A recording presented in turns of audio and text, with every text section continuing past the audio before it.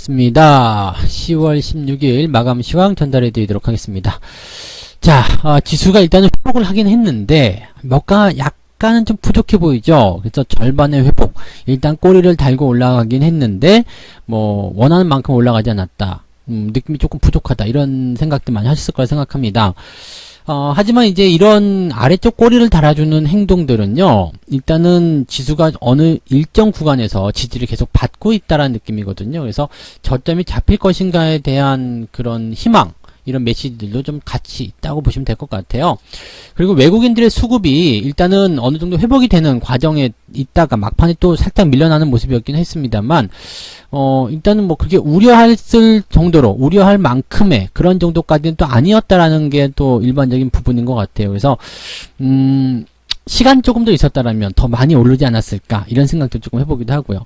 근데 코스닥 같은 경우는 매도가 제법 많이 나오다가 지금 수급이 다 회복이 된 상태였고요.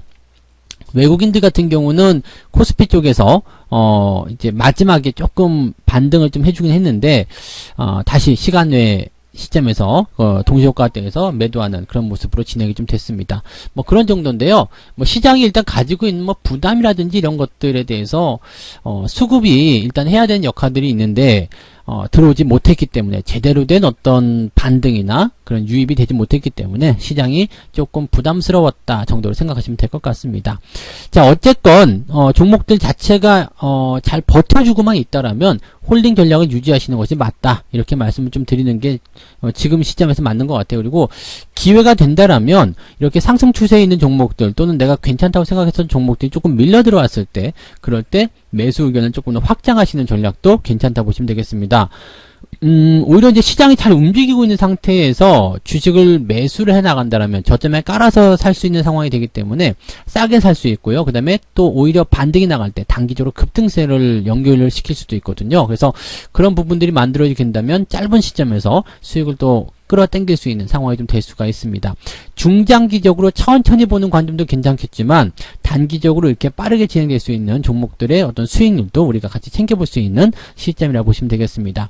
자, 시장도 어느 정도 밀렸기 때문에 이번 주가 지나고 나면 다음 주부터는 좀 반등이 나오지 않을까, 그런 생각도 조금씩 해볼 수는 있겠습니다. 차트 보면서 설명 이어가도록 하겠습니다. 코스닥 쪽에서는 이제 회복세가 조금 잘 나왔다 보시면 될 것 같아요. 일단은 꼬리 달고 올라간 모습, 아직 음봉이 크긴 합니다. 그래서 저점이 잡혔다라고 얘기하기가 아직은 조금 이른 시점이긴 한데요. 그래도 반등 부분이 내일 뭐 월요일 시점에서 양봉 붙어서 이렇게 올려준다면, 다시 840포인트 위쪽으로 올라가 준다면, 또 양봉을 통해서 850포인트 근처까지 가준다면 주가의 상황은 더 좋아질 수 있는 모습이 나타나게 되겠죠. 여기가 저점입니다라고 말씀을 드릴 수 있는 그런 모습이 만들어진다는 얘기입니다. 저런 포지션이 만들어지게 된다면 추가 상승에 대한 기대를 계속 가져가셔야 되겠죠. 그래서 이런 상황이 나오게 되면 올라가고 있는 주식들은 더 올라가게 될 테고요. 저점에 깔려있는 주식들 같은 경우는 이제 반등에 대한 포인트들을 전환시켜가는 그런 모습이 나오게 될 겁니다. 자, 그런데 이제 늘 걱정해야 되는 부분들은, 많이 이미 올라간 주식은 어떻게 해야 되느냐, 거기에 대한 부분일 텐데, 요거는 이제 조금 있다가 매매 동향 살펴볼 때 같이 말씀을 좀 드려볼게요. 자, 그 다음에 코스피 같은 경우는 어때요? 61선 위쪽 일단 올라섰습니다.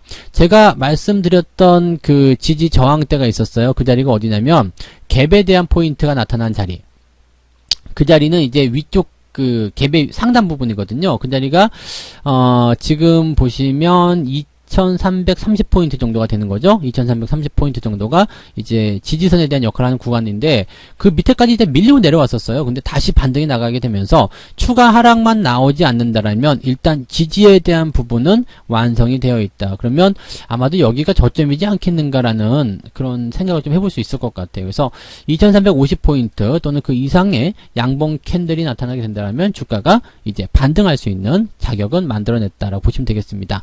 다만 데드크로스가 진행 중인 상황이에요. 네, 지금 뭐 아직까지 코스피는 정배열이라고 하지만 바로 올라가지 못한다면 데드크로스가 나오는 모습이 될 테고요.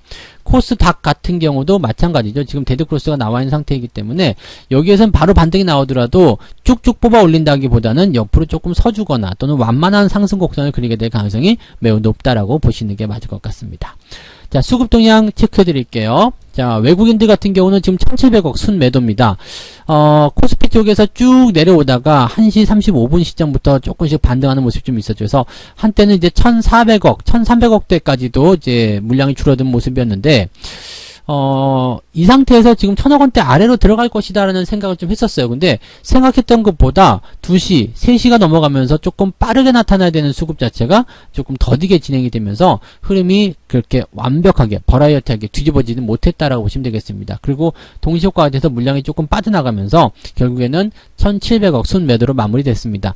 동시효과를 뺀다라면 한 1300억 정도이기 때문에 매도 물량이 아직까지는 그렇게 많은 게 아니다 정도로는 보셔도 되겠습니다. 문제는 연기금이죠. 연기금이 조금 사는가 했더니 또 다시 매도를 하고 있는 모습이고요. 마지막까지 그 매도 기조를 계속 유지하고 있다는 거, 이 부분도 우리가 생각해 볼 만한 내용인 것 같습니다. 그래서 지금 보면 연기금 쪽에서 방어를 계속 못 해주는 상황에서 외국인들의 매도가 이렇게 더해지고 있는 상황이 되기 때문에 개인들을 매수하는데도 역부족이라고 좀 보셔야 됩니다. 개인들은 지금 사들이고는 있지만 이 사들이는 것들 자체가 또 높은 고점에 있는 종목들일 수도 있고요.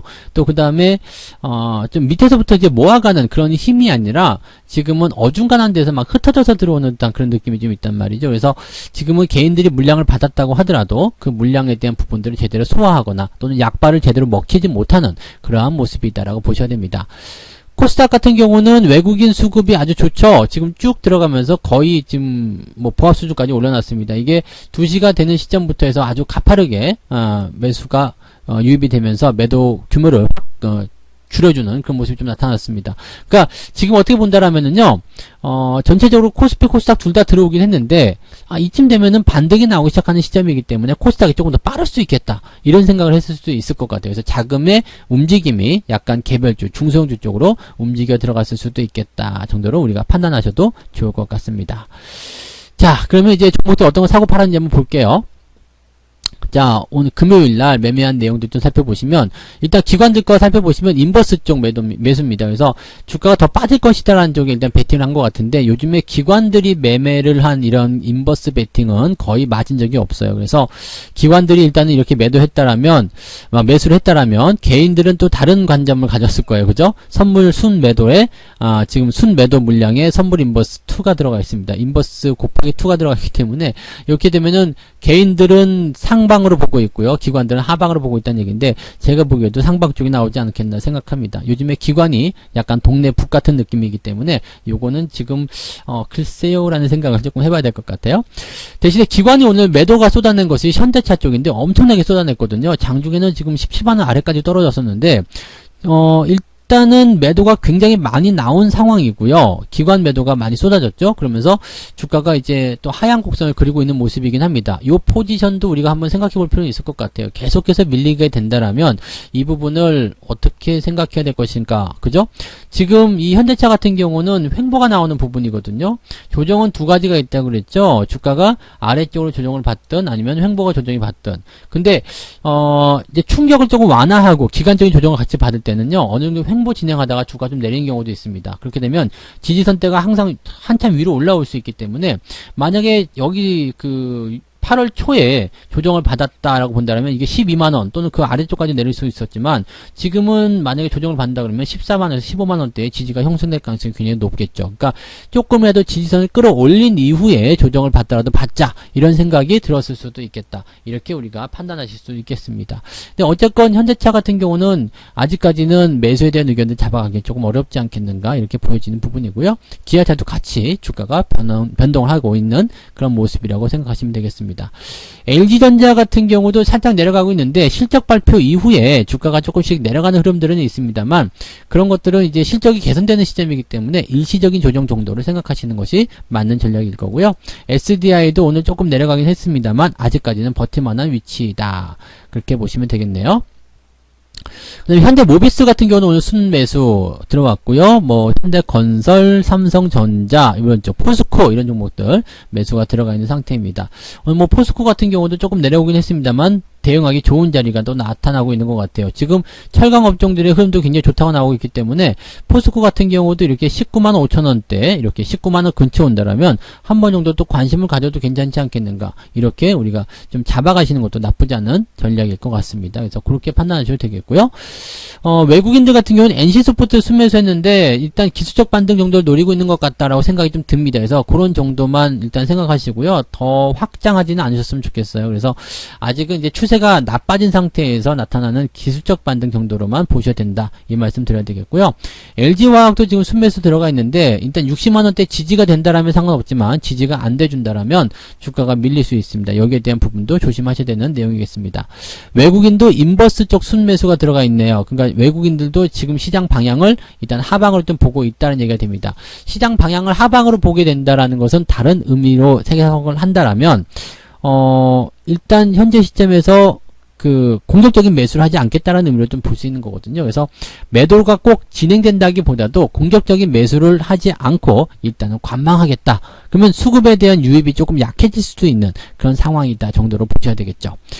자, 그 다음에 매도는 이제 빅히트가 좀 특징적인 부분이 들어가 있는데 오늘 22%나 하락했습니다. 이거는 첫날 물량 빠질 때 무조건 매도하라고 말씀드렸죠. 근데 이런 종목들은 상한가로 문 닫은 시점이라면 괜찮은데 그게 아니라면 무조건 파셔야 돼요. 물량 나올 때는 무조건 파는 거, 그것이 바로 신규 상장 종목들의 대응 전략이다라고 보시면 되겠습니다. 이러고 나서 또 올라가게 되면 기술적 분석인데 또 기술적 분석이 단기적 상승을 좀 많이 만들어내게 되면 또 맛있는 추세가 나올 수 있습니다만은 그런 거 다 따라가지 마시고요. 신규 종목에 대한 관점들은 조금 물러서서 지켜보시는 게 좋습니다. 천천히 시장이 검증할 때까지 기다려달라, 그 말씀을 드려야 되겠죠. 개인들은 아까 전에 보셨던 대로 뭐 빅히트, 현대차 이런 것들 사기 시작했고요. 레버리지 매수가 들어가 있습니다. 약간 뭔가 좀 이상한 느낌이긴 한데요. 이런 종목들 순매수가 좀 들어가 있는 모습이고요. 뭐 한국전력이나 네이버 이런 종목들 지금 다 매도가 들어가 있습니다. 넷마블도 매도가 들어가 있는 상태고요.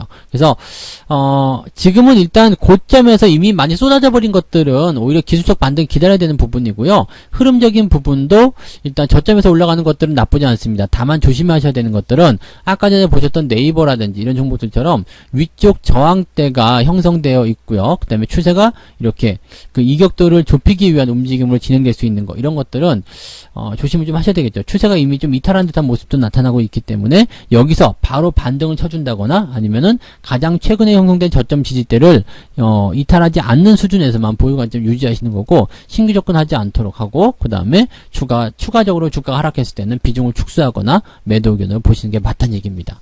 그래서 일단은 시장은 대응이다라고만 보시면 되겠고요. 시장이 가지고 있는 재료가 아주 나쁘다거나 이렇게 생각하지 않습니다. 그러니까 천천히 시장에 대한 대응점을 잡아가시되 너무 겁먹지는 말고요. 좋은 종목, 생각하고 싶은 종목이 있다라면 이격이 많이 벌어지지 않은 상태에서는 추가 매수 여전히 유효하다, 이렇게 말씀을 드릴 수가 있겠습니다. 자, 주말 동안에는 걱정 없이 푹 쉬시는 거 아시죠? 걱정은 제가 해드려도 충분하니까요. 여러분들은 일단 한시름 덜어놓고 편안한 주말 꼭 보내시고 다시 돌아오시면 되겠습니다. 자, 오늘 불금 보내시고 그 다음에 즐거운 주말, 행복한 주말 연달아서 쭉 보내주시기 바랍니다. 저는 다음 시간에 다시 오도록 하겠습니다. 고맙습니다. 본 방송에서 제공되는 모든 정보는 투자 판단의 참고 자료이며 투자의 최종 책임은 본 방송을 이용하는 본인에게 있습니다.